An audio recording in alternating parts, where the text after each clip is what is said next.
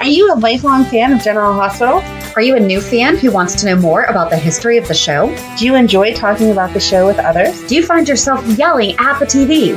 Is your self-care an hour a day in Port Charles?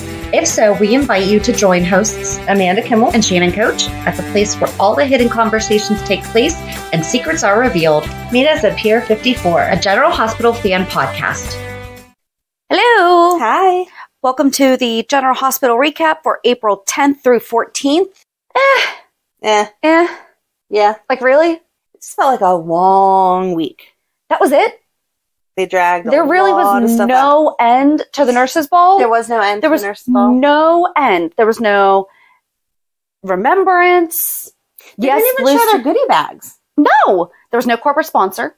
Yeah. Hey, but Sam explained that one away to Cody with they all pay for it, so I'll give them that we didn't have the Oy of Olay and Oikos. And geez Louise, John Stamos was the spokesperson for Oikos for the longest time. I don't know if he still is. That would have been the year to have Blackie come back. That would have been the year to have And you could have had him eating Oikos in the background or like in the backstage. He could have been like, oh, I love this stuff. It's so good. Yes, they were the selling wording. So great for those products. Just randomly, I washed my face today with some Dove body fix. There were some, though, that they did really well with the, oh, here, your lipstick needs touch up. And they're like, oh my gosh, I love that shade. Because that's a natural conversation that is we a would natural have. Conversation. Yeah, but there were some that were. Those body wash ones were just hysterical. You were just expecting them to like do the old 50s, look at the camera, wink. Exactly. You know, with the little glistening sparkle or whatever. Go get it at Target today for only $3.99 with coupon. We didn't have any Port Charles pipelines, but I did have a correction. I was trying to think of what musical I was thinking of with Valentin and Anna's dance number. Okay. And I think what I was combining somehow was there is a part in Singing in the Rain where Gene Kelly does a huge dance number with all these girls and everything, and it's separate from the movie, so it's kind of out of place. But I think what I was really picturing in my mind was Tony and Maria from West Side Story when they first meet at the community dance. They see each other, don't speak, everyone else in the background fades away, and they dance. Okay. So I think that's what I was thinking of. So then, obviously, I had to Google things. And oh no, now she doesn't remember what she Googled. No, Riff. I couldn't remember his name for a second because I'm like, oh, I'm forgetting his name. Riff, the leader of the Jets, was played by, in the movie, Amber Tamblin's dad. That is so crazy. Amber Tamblyn, the original Emily Quatermain. It all comes together. There was something else that I read, too. Somebody else was in that movie. You didn't tell me somebody else. You only told me about Amber's dad. I did know growing up, Macaulay Culkin's dad was the little boy that caught the basketball when they were playing in the opening sequence because my teacher told us that when we watched it in music class. Huh. Mm-hmm. Okay. See? I was raised and educated by nerds. Yeah, you were. And this was pre-internet. So she just knew that. Wow. Oh my gosh. I have so many questions now. Yes. I'm going to find her on Facebook and be like, excuse me, how did you know that? Wow. Wow. It was probably in a magazine or something. Maybe. You like read back then to get all your information. True. Actual articles. It was probably in a People magazine or something. Fun fact. Maybe. I would like to know. Anyway, that has nothing to do with this week, but, I like correcting myself. Or if there was anyone else sitting there going, oh my God, what musical is she talking about? That's the one. The made-up one in her head. It wasn't made up. That one but that's the style that I was admiring it from, was a fan of that style of musicals. Therefore, I liked that. I'm glad that you liked it and that it They fulfilled only wrote that for for you. me, so it's okay. It's all right. I felt like I was watching Mr. Rogers' Neighborhood. So. Max's mom said that she nearly, I think she said she spit out her drink or she laughed really hard whenever you said that. So Well, thanks. I'm glad you appreciated it. Just that whole sequence, the way they went, I was like, where's the trolley? So. I guess we can just go to Hulu headlines. No. Siri, shut up. Siri's like, I found a trolley for you. No. We don't have trolleys. We don't need a trolley, Siri. Hulu headlines. Oh, this should be interesting. On Monday, Michael updates Willow. Tuesday, Nina breaks bad news. Oh, he updates her on what happened on the nurses' ball, and that Obrecht was... Right. But he doesn't actually know that she's gone. It would be Carly and Drew update Michael and Willow. Yeah. Okay, yeah. Sorry, go ahead. It's okay. On Wednesday, Dante reaches a grim conclusion. Okay. Thursday, Curtis supports Portia. Like, no kidding? Like, what is he supposed to say to her? Oh, your kid's missing? I don't care. I'm mad at you. Right. And I don't know that he was really supporting Portia as much as he cares about Trina, whether she is his daughter or not. And then Friday, Spencer issues a threat. That was good. All right. I guess we could just get back to the Michael updating Willow. You're right. He filled her in on the remaining nurses' ball because she had fallen asleep. And he told her about the magic wands. And she's like, big burly Yuri. Very sad that she missed that. I was surprised. But he recorded it for her. I thought that was sweet. He did. Hey, Michael is good with her, especially now that she's dying. Michael is good with her now that she's dying and doing nice things like recording the nurse's ball and getting her tea. That's what he got her when she had her breakdown. Yeah. But Carly and Drew came to see them later. It was like later in the evening, but they came over to let them know. So little snafu. You know how Liesl disappeared? Well, we still can't find her. She's like actually missing, not just off stage. Yeah. I still like that they did that. Not that I want Willow to die, because I don't. But I was not expecting Obrecht to go missing. Mm-mm. So that was a nice little surprise that they threw in there. And now that we heard Victor talk this week, it makes sense. I thought he was just stealing her because he was in love with her. Mm-hmm. But instead, he is going to take over the world and needs her to save his family. Sounds very simple. Like, just here we go. You know. Well, I mean, she was part of what kept Robin alive. Mm-hmm. So he's like, can you do that for us? Okay, but here's what I don't get. And I don't mean to jump ahead to this, but this is where we're at. He said, you're going to do it for us or your family is going to die. Well, isn't her family going to die anyway if you're, like, poisoning the whole world? I don't know.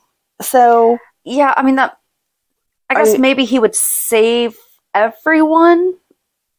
Like, save her whole family if she did it. I don't know. He never said he was going to save her family. He said, no, right. I won't kill your family. Like, I won't seek them out to kill them. Right. If you make this. But it sounds to me like they're dying anyway because you're exposing them to whatever the heck it is that you're creating. I'm really interested to see how this ties up because Laura has finally connected that this might have something to do with her past. Finally. You know, everybody in her life has now been targeted by Victor somehow. And she's like, oh, wait, this may have something to do with me. And she's trying to connect the dots. And I did like that this week they showed her on the Haunted Star and she's like, that was my wedding gift, blah, blah, blah, blah, blah. So do you think Ethan's on the boat? I hope not. I don't know. I actually hope not. Because he said that he has Ethan, though. He does have Ethan, but I feel like that would be anticlimactic to have him on the boat because then he's just going to escape and help Trina. And then it's going to be like... No. Trina's got this. Trina's doing this on her own. Well, that's what I mean, is I feel like if they have Ethan on that boat, we're going to turn this into a man saved these younger kids. And that's not what's going on. Trina's got it. Oh my gosh. So she snuck on to the Haunted Star to follow Spencer. And she overheard everything that Victor was sharing with Spencer about his master plan. And he's surprised that Spencer's not all, yay. And So then she winds up letting Spencer know that she's there. And they're so cute. Because they're like, oh, yay, smooches! Okay, seriously, we gotta live, though. And so he causes a distraction by threatening to slash Liesel's throat, which I was not anticipating either. No, that was good. That was good. And I think Victor called his bluff. Yeah. But I think that Liesel then got that they were on the same side, and she's like, okay, now we can figure out how to work together because you obviously don't want to be here any more than I do. I have her burgundy dress in teal. Oh, that's cool. I have that dress, but it's in teal. Huh. Did someone kidnap you and buy it for you, or you purchased it yourself? I purchased it myself. That's good to hear. It's one of my skinny dresses that once I get skinny again, I will be able to wear again. Yay! I'm looking forward to it. We should do the cooking show. You can wear it on that. I'm like, hey, recognize this? We are twins.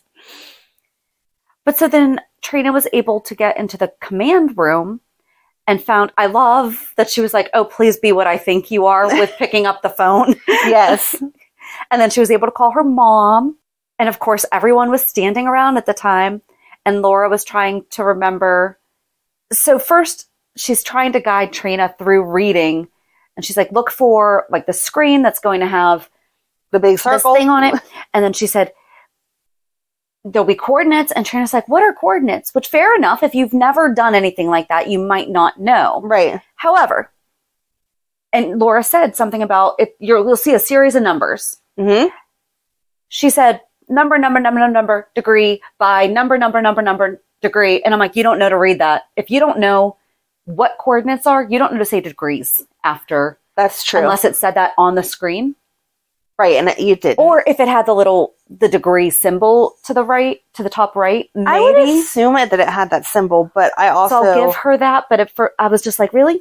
Nerd catch, sorry. No, that's okay. I assume it had the little circle, but I don't know. I think I'd just read the numbers straight across. Right. If I didn't know. Right. But yeah, that was fun seeing Laura be like, okay, I know this place, so look at this, give me the information. And then Trina was trying to be smart and didn't take the phone, but she did take a radio.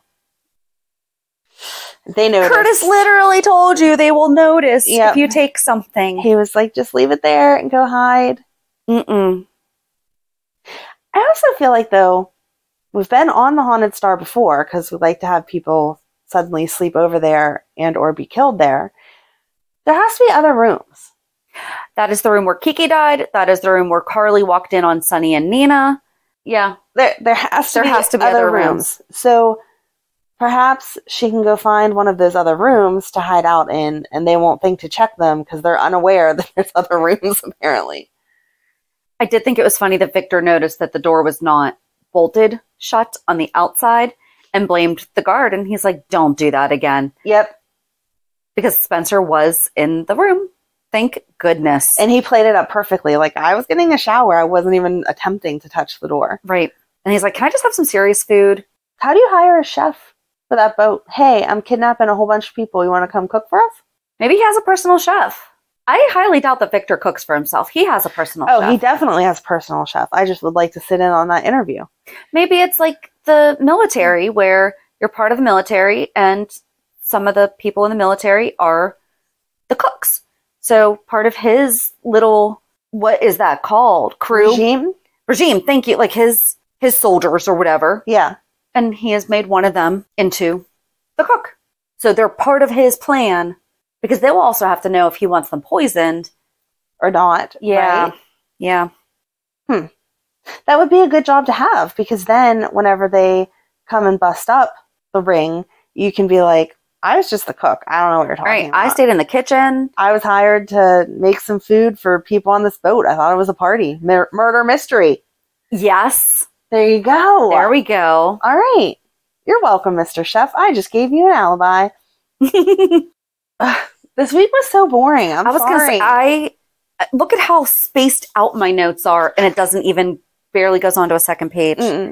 Well, we can go back to Willow and Michael. Okay. Willow decided that since she's not getting the transplant, she wants to marry Michael tomorrow.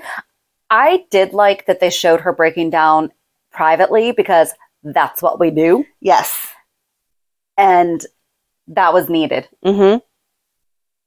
I'll continue. I'm sorry. I was just thinking that because I really liked that. I hate that it was happening, but I really, really liked it. Right. From the character that we know of Willow, that made sense for her to send Michael to get her another tea and then to sit there and break down. But then she like pulled herself out of it and was like, okay, we're going to get married tomorrow. And so Brooklyn started planning it, and then she called Maxie, who showed up with her cute new hairstyle. I know. Maxie's a brunette. I like how they transitioned it, too. I don't care if you're at the hair salon. Get over here. And they addressed it because there was no knot. Right. But they never... So Liesl, Kathleen, has let her natural hair color come through. Mm-hmm. And that hasn't been addressed, but that's okay. We don't have to justify when we do things like that, but I liked that. That made sense for Brooklyn and Maxie to be having that conversation. Yes. Wow, your hair's cute. We'll talk about it later, but here's the deal. Mm-hmm. No, I liked it. I felt like it was a needed change for her. I'm used to her being a blonde, and I like that. But I felt like it looked good. Good for her. Change it up. Yep. Anyway, so they're planning the wedding, or they're starting to talk about planning a wedding, and then Michael comes in and hears them say that Michael might be upset. And well, before all that, there was Sasha and Brooklyn counseling Willow. Oh, yes. To get to that point. Right. I forgot Sasha was there. I'm sorry. That's okay. She kind of blends in lately. She needs her own. She's getting her own. All right. I hope so. Like, let's get her there. But anyway, she ends up deciding that she wants to marry Michael right away and thinks that he's going to be mad because he's going to view it as her giving up. And instead, he does come out and is all sweet and is like, no, I would marry you whenever you want. But he does ask her, are you? Yes. I mean, what's she going to say? Right. The person that's supposed to save me is missing. Am I giving up? No, I would still like to live, but at the same time... kind of realistic on what we are dealing with right now. Right. Yeah. Do you have a secret donor you didn't tell me about? No. Okay, then. Gotta deal with the fact that this may be the end. Yeah. Yikes. I did think it was sweet because Brooklyn was saying you're trying to carry all this on your plate and you and Michael should share a plate. Yes, I did like her analogy for how life is supposed to be with a partner. And sometimes the plate is more tilted one way than the other, but you're still supposed to share the plate. Only falls when one person doesn't hold on. That is true. That is how plates work.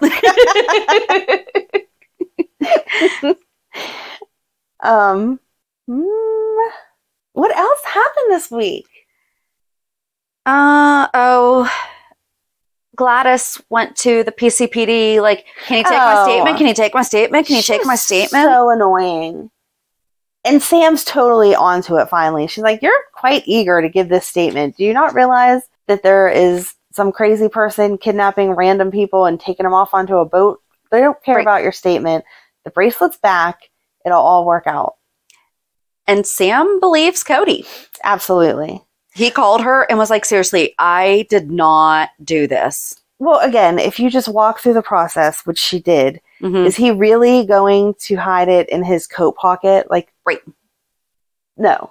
Like, he's better than that. You'd at least run it out to your car. Come on now. You're not going to leave it in a coat pocket and in a coat pocket of a jacket you haven't worn yet. Oh, see, I assumed that he had and then went back and got changed and then went back and got changed into his... No, because remember they were getting ready to go on and he came out and was like, can I have my jacket, please? I thought that was after the performance. I thought that he had been in his tux because he was, when he walked the red carpet, he was dressed, but then he had to get changed out of it to be a magic wand. And then he had to get back into his outfit and he came in and said, my jacket's missing. Oh, see, I thought that was just part of what they were supposed to change into afterwards. I didn't think that was his original tux. I don't feel like Cody's a 2-tux guy. That's okay. Valid statement. I like that 2-tux guy. But I mean, some, sure. You know, Lucy has worn 13 dresses during a nurse's ball. She's changed in between all of them. Guys really just have it so easy, though. They really do. There's it's a clip from Steve Harvey, and he tells guys, you need like a gray suit, a black suit, a blue suit, and I think a brown suit. And then he says, you know, get a white shirt, get a cream shirt, get a blue shirt maybe, I forget. And then he basically says between all of those, you basically get 70 different looks. Right. Mm-hmm. You know how we get 70 different looks? By having 300 pieces of clothing. That's actually not accurate because I do know someone who will redo your closet for you and do that for you. Oh, wow. Yeah. She does your colors. Okay. So lets you know like what you should be wearing and what not. And then she helps you to minimize your closet. That way you are not wearing things. You don't have the skinny dress that is sitting in the back. And I really want to do it, but I don't. I feel like that's a mental thing that it's. Yep.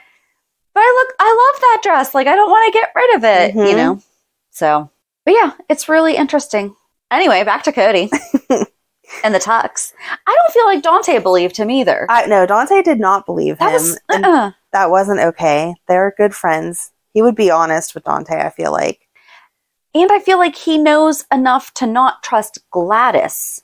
That's also his family. Right. He knows her history. Right. Why is he believing everything she has to say over Cody? Yeah, I don't know. I don't understand. And why aren't they just running fingerprints? Because back to your point, though, like even if he hadn't worn the jacket, period, since the bracelet had gone missing. Right. So that's 100% accurate. His fingerprints would have to be on it, right? Yep. Yeah, he definitely did not have gloves to go with his tux, so he would have picked that up. He wasn't dueling. No. And don't those things have, like, crazy clasps? Uh-huh. That's what the movies tell me. Yes. He's, And he's not that refined. That was a decent size bracelet, and I'm assuming, considering the amount of diamonds that were in it, that it weighed a good amount. That doesn't just fall off your wrist and you'd be like, oh, I didn't notice that was missing. You would feel it physically slide off your arm. And especially if someone tried to undo it and then take it off. Like, I don't know. That'd be like saying, oh, you stole my ring off my finger. No, that's pretty much impossible. Right. Because you feel that tugging sensation. You're not going to be like, oh, just, I don't know. Yeah. Ugh. They got to give him a little credit. They do. And Dante should be questioning her just as much as he's questioning. And I feel like if you are, I know he wanted the Ice Princess necklace because it was worth so much or whatever, but that was a legit piece of jewelry that was supposed to be his, the way he was playing it anyway. He's not a dumb thief, even if he is a thief. Where are you taking this bracelet anywhere around Port Charles and being, oh, here, I just want to... Your local pawn shop is not buying that bracelet. No! They're just You cannot sell that on eBay. No. So why would he steal such a hot item? Right. It just doesn't make any sense any way around. So I feel like everybody should be able to say, yeah, Cody's not that stupid. He might steal a diamond earring that fell out or something that you could go make a couple $1,000 off of. He's not stealing a priceless bracelet that comes with a bodyguard. And he could even, let's say that so I'm thinking about the movie Ocean's 8. It was the girls' ocean movie, and the one girl made jewelry quickly out of all the diamonds, and so they all wore the jewels out. So if he were to, let's say, grab an earring, he could have a fake earring and say, oh, here, you dropped that, but also still be having the real one. Because I think that was, I don't remember if that's what they did. I don't know, but that that's movie. Plausible. It's a good movie. I like planning it. If you're planning ahead to steal something, that you have a knockoff version to hand back to them, because then they don't think anything about it. Yeah. That in this circumstance, no.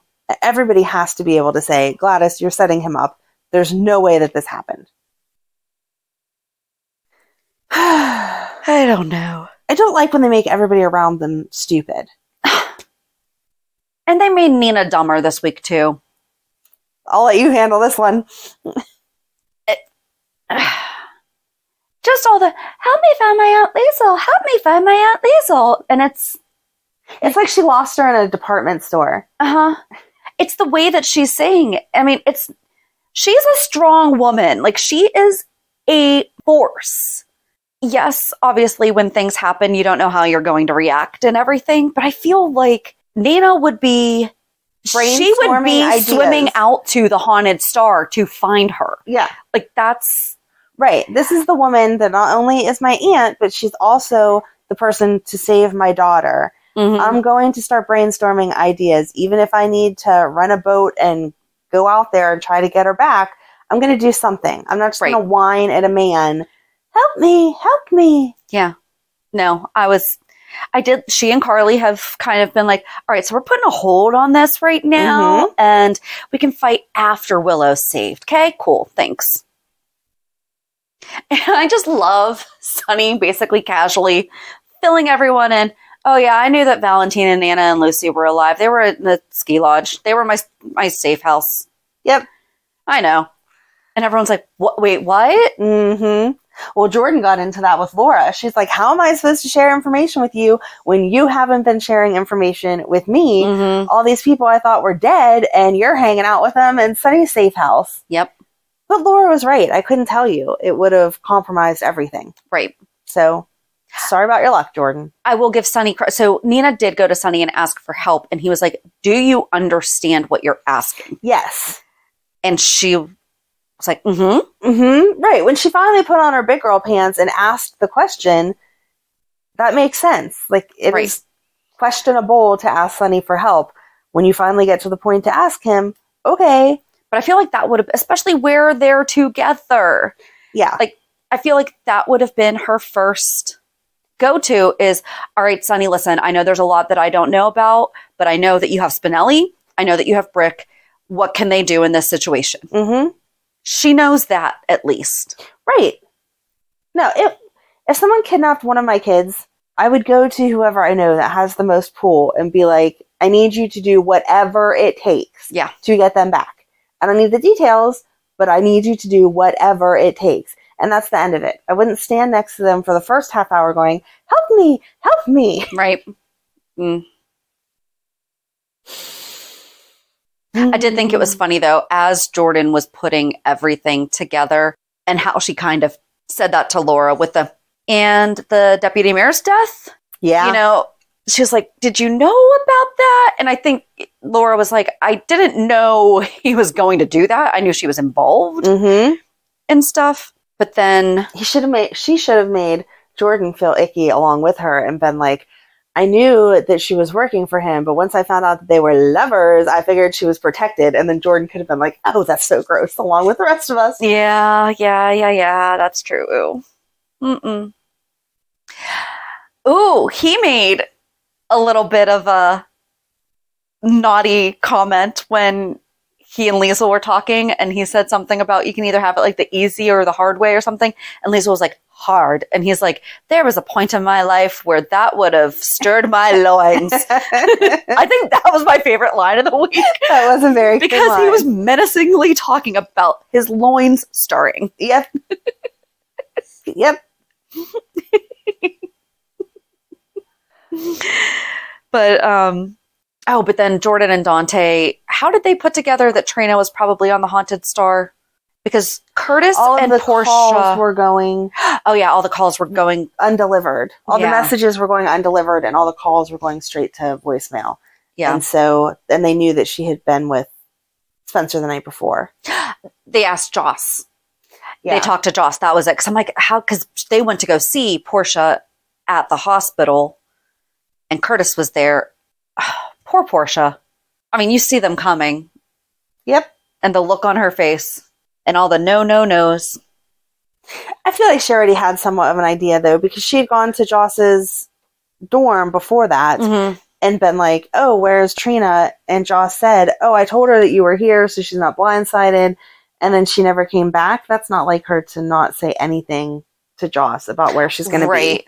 Like, okay, cool. I'm not coming back. Let me know when she's gone. Maybe. Right. But at least there would have been a conversation, not just...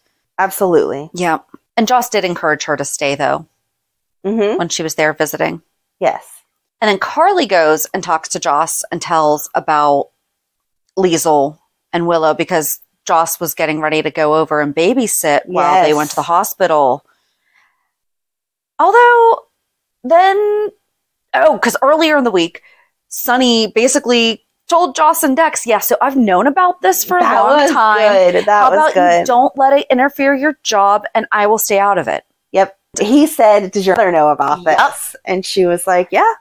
I wonder what he would have said if I think that if Carly did not know, I do think Sonny would have told her because of the safety issue. Absolutely. But with Carly knowing, he's like, and she's okay with this? And Joss is like, yeah. And then Carly yells at her when Dex was shot. Yeah. I understand she told her, you don't understand this life. But why are you surprised that he got shot? Right. Do you know what he does for your ex? Come on. Right. Remember, he's gotten shot a bunch too. I just thought that was interesting. Because you have to let your kids make their own decisions. And that's a big, big decision to put them. She was honest enough, I guess, with her past with Sonny and Jason. But maybe she should have been a little bit more. So here's the number of times they've been in the hospital. Here's how many shootouts. Here's all the... Joss is mature enough to... She already knows what she knows. And there's other stuff that she doesn't. Right. Maybe she should be brought in a little bit on what it really means to be with a guy in that situation. I mean, Carly's been with the more powerful, or the higher ranking. Yeah. But still... Dex is first line. Dex has a higher chance of being the first one shot at twice already. So. No, I'm glad it's finally out, though, because I was wondering how long they were going to drag it on, that they had to hide it, because that was really annoying. That was where we were getting the scenes only of, we shouldn't be together. Oh, we're in bed again. Right. So I'm glad. I'm going to make you asparagus. I hope that there's some outside interaction now, and it'll be fun to see everyone else be like, wait, what? Right. Well, she needs to tell Trina first. Absolutely. And then they can go public. A little held up right now. Just a bit. I will give her not telling Trina right now. Oh, but then Esme waking up to find out that Ace had been stolen because she had been conked over the head. Oh. I did feel bad for her. Yeah. She does love that baby. And she even said to Laura, I'm not the Esme that you're talking about. Again, even if I was, I think I would still care. Right. It's my baby. Yeah.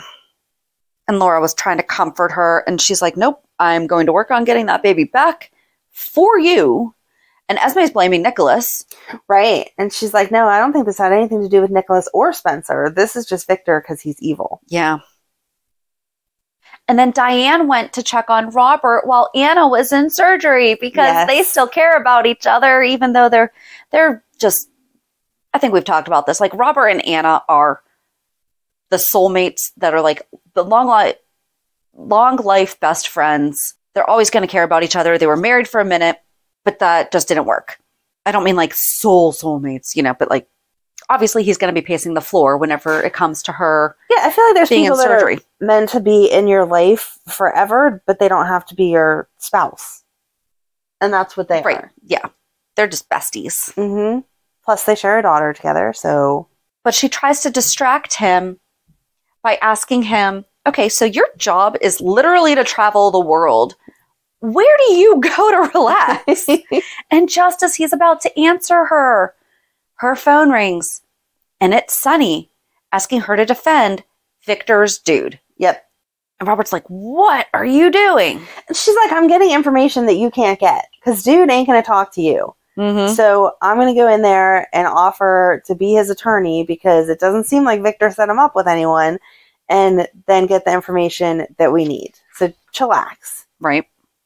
Sonny was thinking ahead there. That was a good plan. Yes. And then Anna gets out of surgery. She had a cardiac arrest in the ambulance. And then also had another one while on the table, right? Yeah. And Valentin, okay now. And Valentin's like, God's an Anna fan. It's like, yeah. Seriously, does anyone really not like Anna? I don't want an answer to that. You can email me if you want to. Just not gonna. I feel like anyone that doesn't like her is just a jealousy. It's not that that you don't like her. Right. Do you know what I mean? Yeah. I don't like you because I want to be like you. Right. Or you took the man that I wanted. I was going to say, like, there's a lot of Holly Robert fans that don't like Anna because of that. There's a lot of Duke and Anna fans who yes. don't like the guys that she's with because they want Duke and Anna. But even Holly has said herself, okay, that's all water under the bridge in the past. Right. We may not be going to get our nails done next week, but we're going to talk normal to each other because we're grown women fighting over a man anymore. Right. So anyway, God's an Anna Devane fan. 2 thumbs up. That was just really sad though. Valentin just sitting next to her, waiting. And that was about it. Like, she woke up, everyone... Yeah, she woke up and it's like, oh, yay, Anna's fine. And you're like, yeah, we knew that because they couldn't kill off Anna. Oh, I was going to be mad if that's how Anna Devane went out. My gosh, there was no way. Victor Cassadine? No way. No. I am not even going to give a suggestion because I don't want the writers to even think about it. Mm-mm. No, we have not had Anna for this long for her to die. Nope. Just like Luke is not dead. Agreed. He is on that island that they are going to. Yes. You know I'm going to be a hot mess when that happens, right? I know. And if it doesn't, I'm going to be a hot mess. I know. Okay. I'll bring some tissues next week. But really, was there anything else? Finn chasing Gregory at the gym, talking about Brooklyn and Link. I kind of glazed out of that. So Finn and his dad were like, Chase, come on, you should give Brooklyn another chance because you really like her and she's so nice and blah, blah, blah. And Chase was like, no, because she didn't write the thing for me to get back on the squad and blah, blah, blah. And so I'm unhappy. And then they were both like, yeah, but love only comes around once in a while. You should take it while you can. It's important. I love how monotone you are giving us this update. That's what it was. Please continue. And then Chase is like, well, you're one to talk.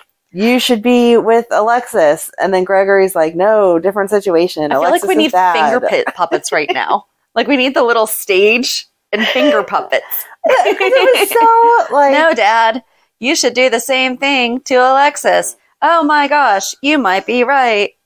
Yeah. And now they're doing push-ups. Right, exactly. Let's get them on little equipment. Sorry, my fingers are going up and down doing push-ups. Little felt exercise equipment. Do you need a Girl Scout project? Get them to make us little finger puppets. Please. So I'm like, what is this for? Well, you see, I like to go on YouTube and have conversations with finger puppets pretending to be GH characters. And for the temporary people, we can just use the popsicle stick. Yes, exactly.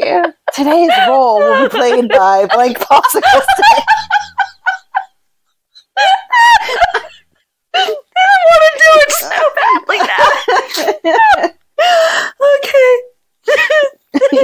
Forget CGI. Forget AI. We get popsicle sticks. Yep. That's what we're going to go back to.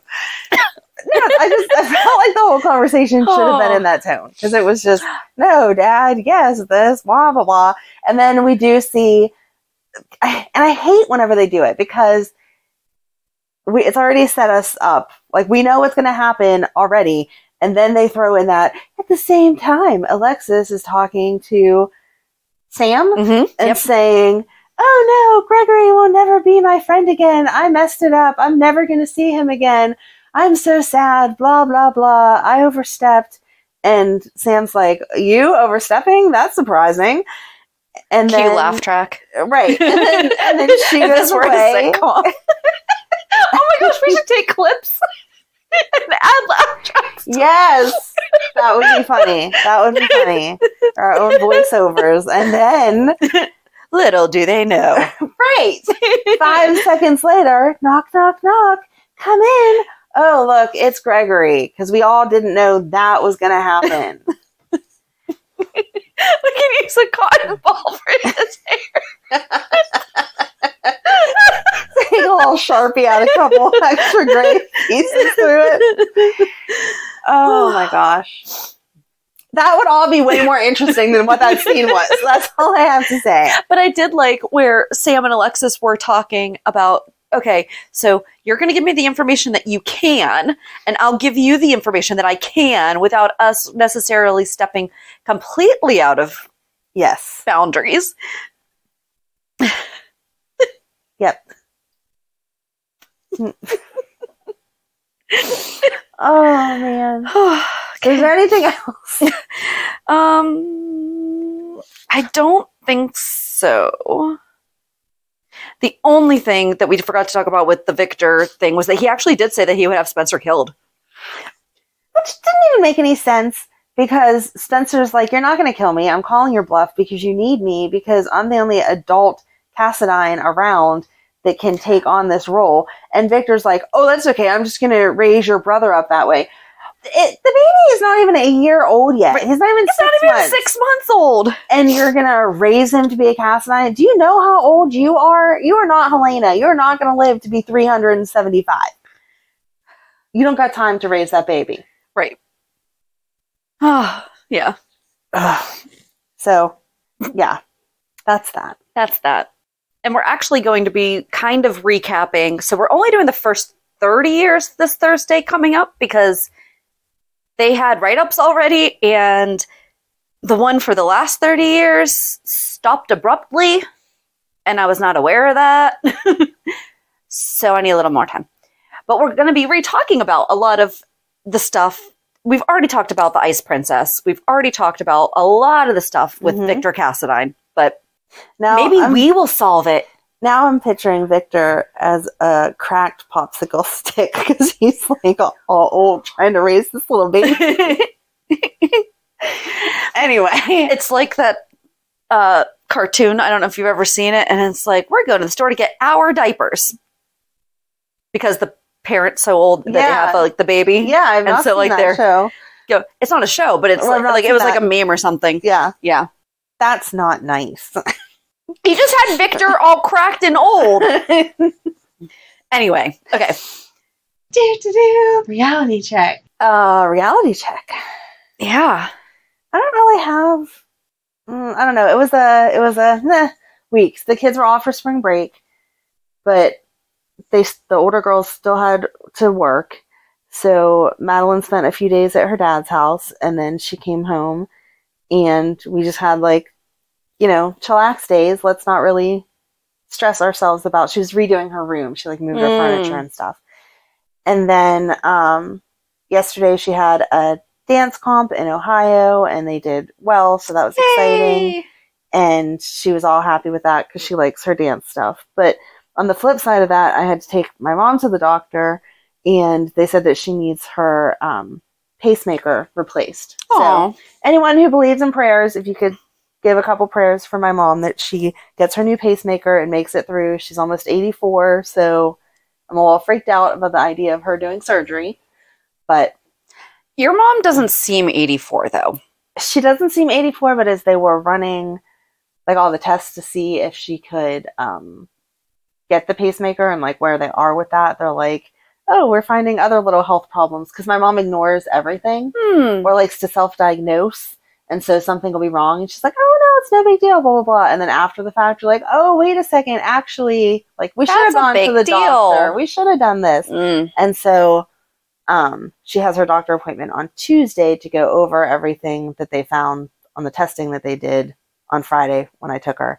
And so I'm nervous to see what all they're going to say, because I don't like to believe that she's 84, because when her time comes, we'll be recording from our local psych hospital because I won't be able to go on.